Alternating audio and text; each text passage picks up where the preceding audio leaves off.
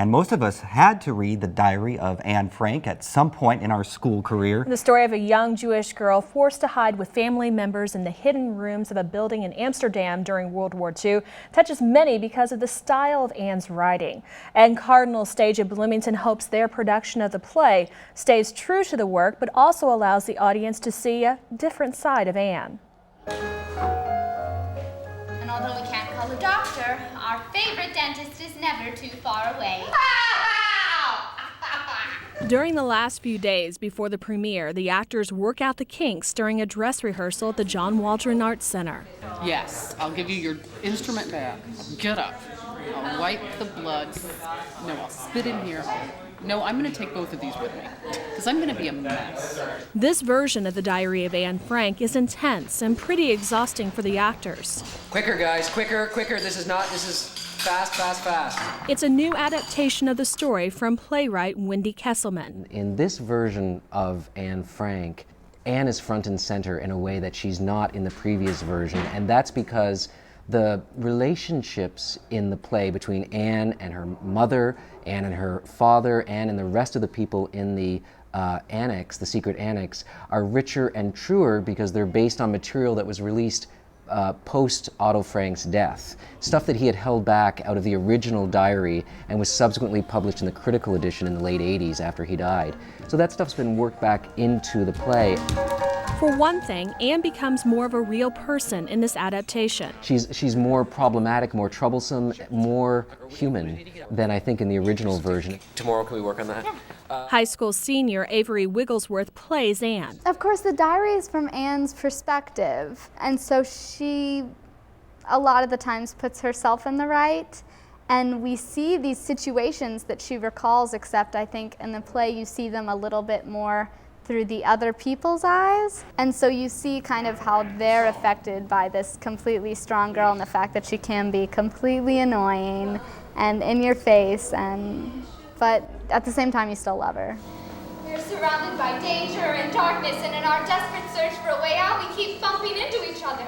You will not come away from this Anne Frank feeling like Anne is saintly. You will feel that you've met a young girl of incredible smarts, incredible spirit, but who is trying to figure out who she is while actively engaged with all these people. That's another unique part of the play. All of the actors are on stage together during the entire production. You feel like you're inhabiting the space with them, and then trying to make sure that everything is alive at all times. So you're not just blocking and staging one scene, you're actually doing this one scene while something else is going, while something. And so you're constantly layering, and the time is just a lot more time, and the actors have to be on all the time. They're on the whole intermission, and so they don't get a break, and they're in these characters, and it's exhausting. Now somebody knows we're up here! I go into these Anne modes, and it's completely like kind of childish and silly. And then all of a sudden she has this speech where she's saying these completely profound things which sound much older than her years. And it's figuring out how all that fits into one person. And with the updated play about Anne Frank's life, Cardinal Stage also decided it was an opportune moment to provide some education to the community about Anne's story and the Holocaust. We are bringing in 3 people that are incredibly important people in their field. Alvin Rosenfeld from the Jewish Studies program at IU, one of the top Anne Frank scholars in the country, Wendy Kesselman, the playwright from Boston, and a fellow named David Barneau, who works with the Anne Frank House in Amsterdam, who's actually the editor of the critical edition of the diary, one of the top Dutch experts on Anne Frank. Providing more perspective on the life of a young girl who ended up writing one of the world's most widely read books. And we're joined now by Avery Wigglesworth, who plays Anne, and McCary Reynolds, who plays Peter in the Diary of Anne Frank. Avery, we just saw you in the story prior to this. Tell me a little bit about the scene that you're going to do for us today. This scene happens a little ways through the show. It takes place in the attic where Peter and Anne have gone to kind of be alone and get away from everyone else. Okay, the Diary of Anne Frank. They're so old-fashioned. I guess they just don't understand how much more advanced we are. You look nice. Really? I like those shoes. I've always liked those shoes. Meep always does everything just right. She likes you a lot. I love her. But I hate having to ask her for absolutely everything. Doesn't it make you miserable being so dependent on other people? I'm not miserable anymore. I mean, even bumping into you on the stairs, sometimes I feel... I feel the same. You've changed.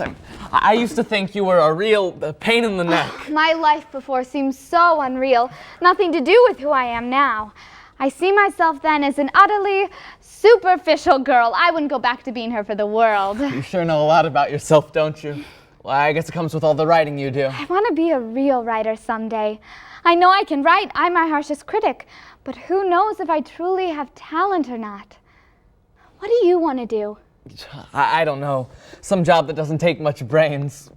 Maybe if I had your drive. That's ridiculous. No, it's true. I'm a complete idiot. You're too hard on yourself.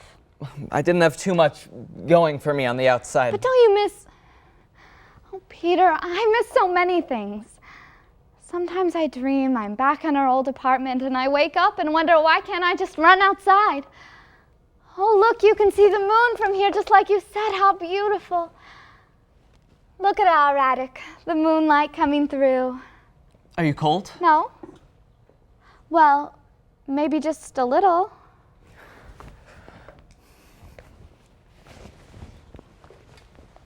Here.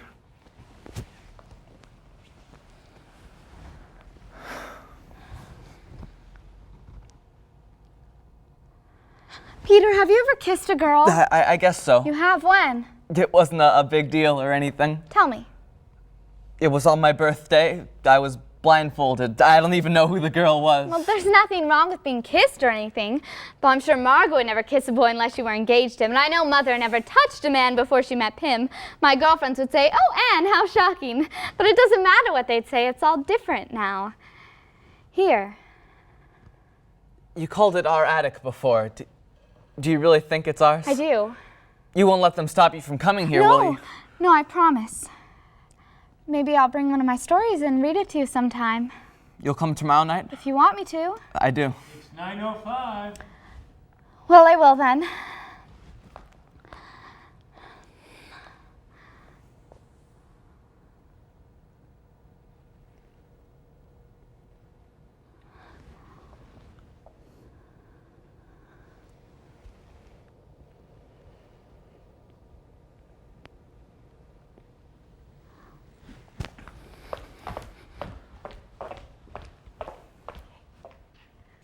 And great job. You both did a wonderful job with that.